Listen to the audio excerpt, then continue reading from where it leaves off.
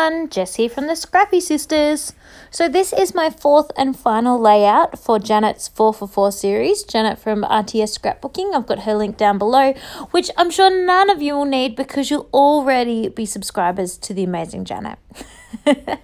So in this layout, we were doing what she calls the block design, or what is called the block design. This was new for me. I've never done a layout with the block design before, and I really love the way it turned out. Mine's kind of like a combination of block and grid, let's be honest, but I'm really happy with it. I think it looks super cute. So I'm using the super thin paper that comes in the Kaiser Craft, comes for free within the Kaiser Craft albums, which I don't like.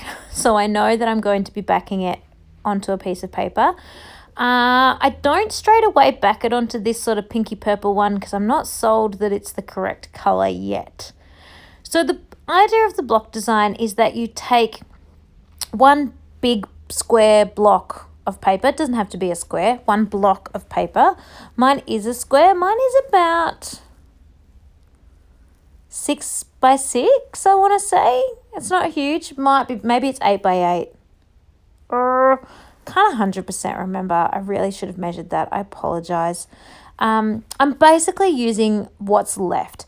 I didn't follow Janet's cuts correctly because I created 6 layouts with this collection, and 4 of them were for the 4for4 series.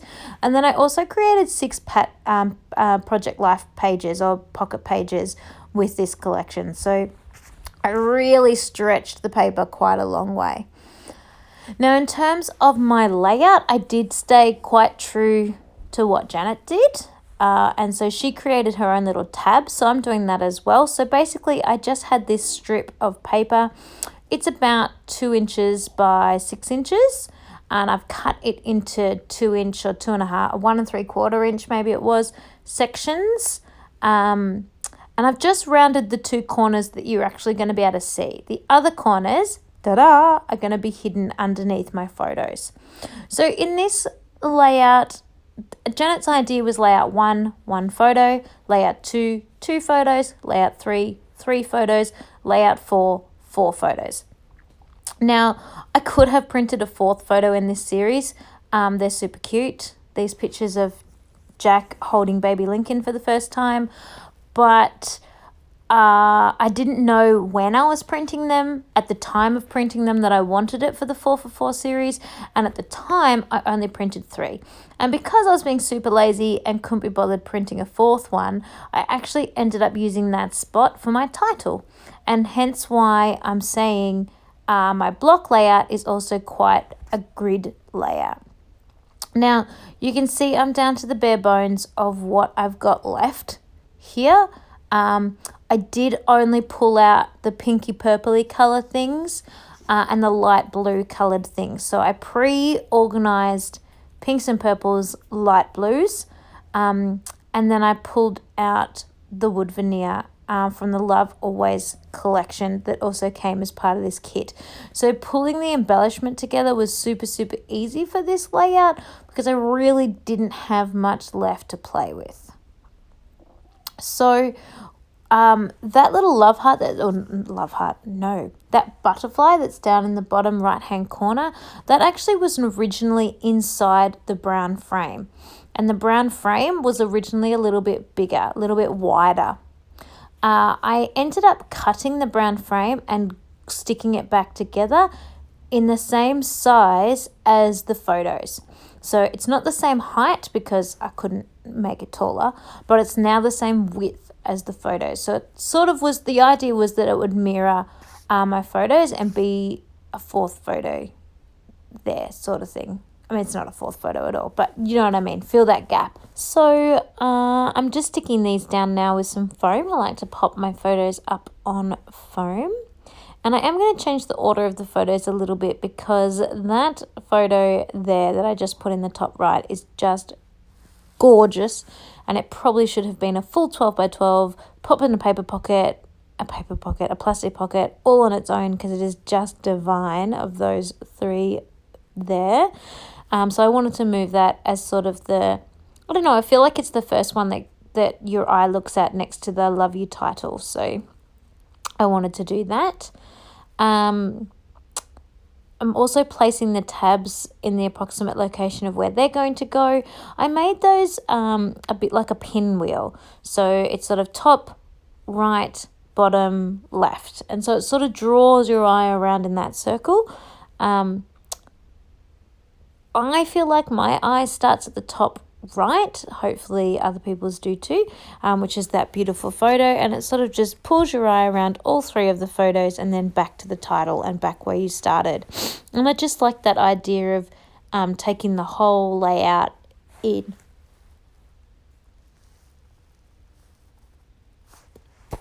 You can see there that it's the B side of that paper, and I do believe that paper is Chimel paper, and the pink chevron paper as well that I'm using is, I do believe, a Dear Lizzie New Day paper. I hope that is correct. Please correct me down below if I have those collections incorrect. I'd love to share that accurately with everybody. Did I mention that I will have Janet's layout 4 and her YouTube series linked below? If you are a Janet from RTS Scrapbooking fan, I recommend popping over to the Facebook group that a couple of the ladies over there have started. Janet's not in there a huge amount. If you're a bit of a Janet, a Janet fan and you want to chat away with Janet, as you know from her channel, she's pretty damn busy. So she isn't in there heaps with chatting, but there are some amazing ladies in there sharing ideas, answering questions, and just generally being awesome. So I highly recommend checking out that channel, that Facebook group as well, just as a really nice friend base to set yourselves up in if you are an RTS scrapbooking fan. I'm using the edge of the paper there, that right angle of the white paper, to help line up the photo and the tab, so it's as straight-ish as possible. It's never going to be 100% straight because I hand cut the tabs a little bit smaller, so they're never going to be 100% straight because I didn't use I originally used a guillotine to cut them, but then when they were too long, I just used my scissors. So you can see here I'm starting to have a bit of a play with the embellishments again, work out where I want those to go. So that paper there I'm going to border punch, and that paper there I'm going to border punch. And then obviously I will leave the boarding strip, but I will cut it down. It doesn't need to be the full 12 by 12 length. And I'm going to use that DMC embroidery floss or embroidery thread. I don't call it floss at all. That's an American thing, I do believe. I was just saying that for the subscribers to feel more at home. And then tiny word phrases, I'm popping those onto each of the tabs. Now that is all as per Janet's layout. So none of those were my original ideas. It's all just how Janet had set up her layout for in this series. So spot the difference. You may have noticed that I changed the colour of the embroidery thread and I changed the background paper. I decided it was too pink for what I was going for. I really wanted to try and pick up that bluey purpley colour that was in the block paper underneath the photos. I know you can barely see it, but for me it was more important of having that paper shine than to have the bright pink paper shine. So I went with that. So I've just pulled out my American Crafts knockout edge punches, and I just punched the scallop to go down and underneath the photo down along the bottom. And I'm just going to use the scallop love hearts to do this border piece. Super easy to use. You do have to press a little bit hard, but not too bad. It's just a bit loud. It makes a bit of a bang. So I have to be careful to only do this when Thomas is awake, because those of you that have watched my videos, you'll know Thomas's bedroom is like 5 steps away over to my left. And I don't want to wake him up. Whenever I use this little love heart border punch, I keep the little teensy tiny love hearts. I've got a big collection of them now. I'm going to put them into a shaker pocket at some stage. Also, I feel I need to defend myself. I'm clearly in my dressing gown and it's clearly daytime by the lighting. I was freezing. It is not winter yet as such, but it was really cold this day, so I just layered myself up. So I'm going to wrap this embroidery thread around and around this piece of paper. But this embroidery thread's actually my mum's, and what she does when she is cross-stitching or embroidering in some way is she doesn't use all 6 of the threads. She cuts them down and thins them out and only uses about 2 or 4 or what have you. So I think these are leftover bits that are threads of 4, I think. And I didn't want to waste them, so I'm putting double-sided tape at the top and bottom of the page. And I'm just going to wrap the thread in little sections across the front of the page. So no thread will be on the back except where it joins on. So I'm sticking it on from the back, and then I'm pulling it down and sticking it on the back again. That didn't make sense. And I'm sort of crisscrossing them as I go. So they're not nice and straight. You know, they won't be 4 nice straight things of thread. They'll be crossed over. They'll be higgity-piggity. You know, if I started on the right, I'll finish on the left. I want them to have a little bit of a messy, I've just quickly wrapped this up kind of look. And you can see there how that has sort of come together. And you can see on the back that I haven't put any thread across the back at all. So I'm just going to put double-sided tape again over the top of those, to seal them off, but also because I will need to stick this down. So 2 more bits of double-sided tape just to be ready for when I'm going to stick it on anyway. And then I want to tie a little bow. So I do get a little bit more of the thread, and I just keep all four strings, no, not 4, sorry, 6.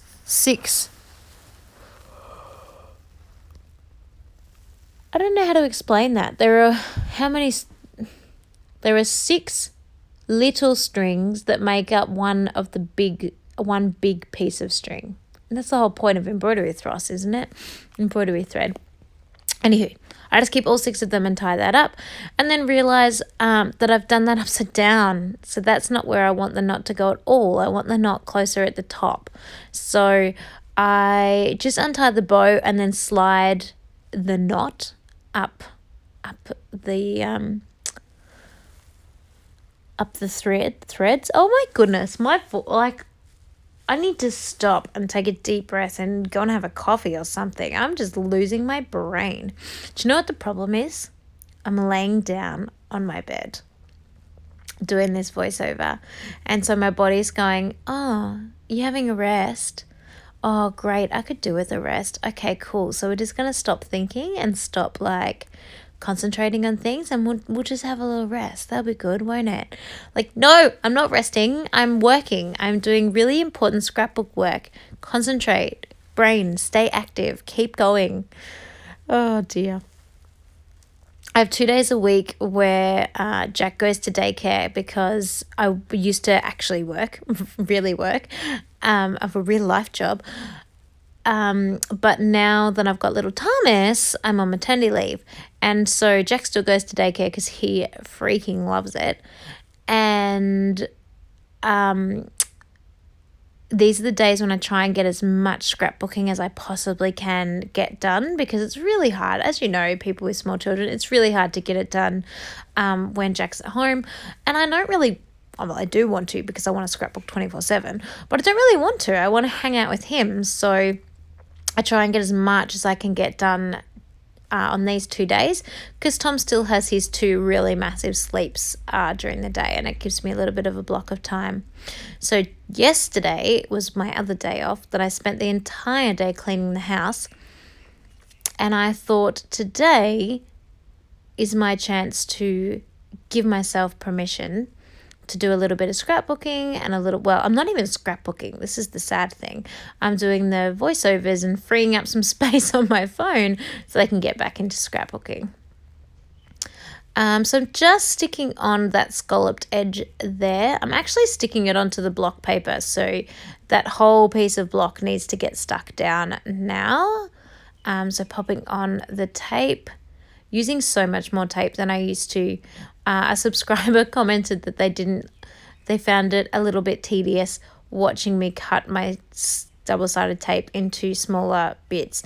And I don't have an ATG gun, and tape runners are really expensive. So I am using it in bigger sections. So yeah, moving on. So I'm going to put a little bit of glue down on the embroidery thread just to hold it in position, and so it's not like flapping around everywhere in the page. And I will definitely be gluing down that wood veneer piece that I tied on the end, but I'd like to give the illusion that my thread is like, flippy floppy going everywhere, when actually I've really glued it on so it's quite stable. So a little piece of like all fine line nozzles, if you just leave it sitting on your table for too long not using it, the fine nib gets a little bit clogged. So it's really important that you clear that nozzle out when you know you're going to stop using it for a little bit of time.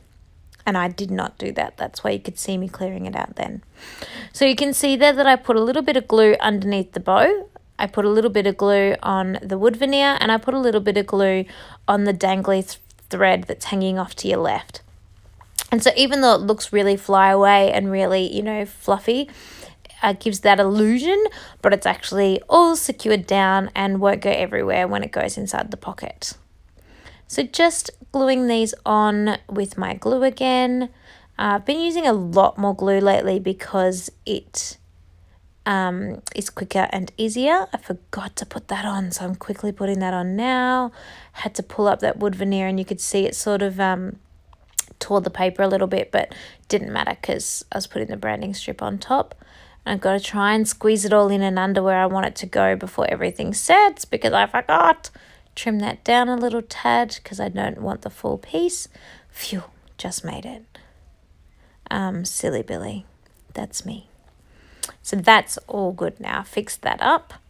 Putting these all on. I just have to make sure I had enough room for everything there. Looking good. And I'm going to use foam adhesive on the Love You title as well, just to get that to pop up a little bit, as well as putting it onto that little tiny second love heart also. And I'm just going to put the foam adhesive on the word you because it's much thicker. There's much more room to work with than the word love. The love is very skinny and flimsy, and I know that the amount of foam I'm putting on the you will still hold it all together, and that's fine. That will work perfectly. So pop that up there, and then down to the bottom left hand cluster. Still sticking all that on with with glue. I love these flowers. These flowers are just gorgeous. Did I mention it? So it's the Cocoa Vanilla Studios Love Always wood veneer.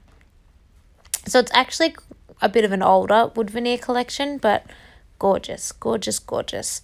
So popping on that little butterfly. And I'm just about done. So I'm putting some foam behind there because I want it to go on top of the wood veneer, so it will need that. Pack up my mess there. I'll bring it in for some close-ups, but I think I'll pop on some Heidi Shine first. Gotta have Heidi Shine. Oh, I forgot about that. I forgot that wasn't attached. Just using glue because I'm being lazy today. Do be careful with glue. Don't use too much. It might warp your paper. Mine didn't. I didn't use too much. I'm happy with how it stuck down. But also, it might make your paper curl along the edges a little bit if you use too much. So glue's a little bit tricky. So just don't be heavy-handed with the glue. Glue that works well for that actually is a normal glue stick, like a school glue stick. but sometimes it doesn't have the hold, the grip that you need. So I pulled out my rhinestones. I've been trying really hard to use up my rhinestones, but I felt in the end that they didn't go with this layout. There was the wrong colours left. So I decided to go with pearls. I really wanted those little tiny pearls, and I wanted a big pearl as well. So I was just matching my two colours of pearls to see which ones go better. One's like a flat, dull pearl, and one's like a really shiny pearl. And so I decided that the shiny pearl matched those little skinny pearls the best. So I just put a couple of little clusters of those, not too many, just 3, I think. 3 little clusters of those. Which kind of is where my 3 little clusters are, sort of, but it's more like, one kind of giant cluster, one medium-sized cluster, and that's all really, but that's okay. So I'll pull this up for a close-up for you, and I was going to say, and I've also got some photos at the end, and then I thought, do I have photos? But yes, I've also got some photos at the end. So I'm really happy with how this turned out. You can see that it's all still wet. So obviously the glue will dry clear and the Hardy Shine will dry shiny. But I just think it's gorgeous. I was really, really, really happy with this one. So I hope you enjoyed this video. So as I mentioned, this is my layout 4 for the Janet's 4for4 series. Layout 1, 2, and 3 are also up on the channel. They are my last layouts, but Katie's layouts may have been interspersed in between. I hope this has inspired you to do some more crafting. Jump over to Janet's page if you're interested to see her other 4for4 series, and hopefully I do this again sometime. Okay, everyone, see you soon. Thanks for watching.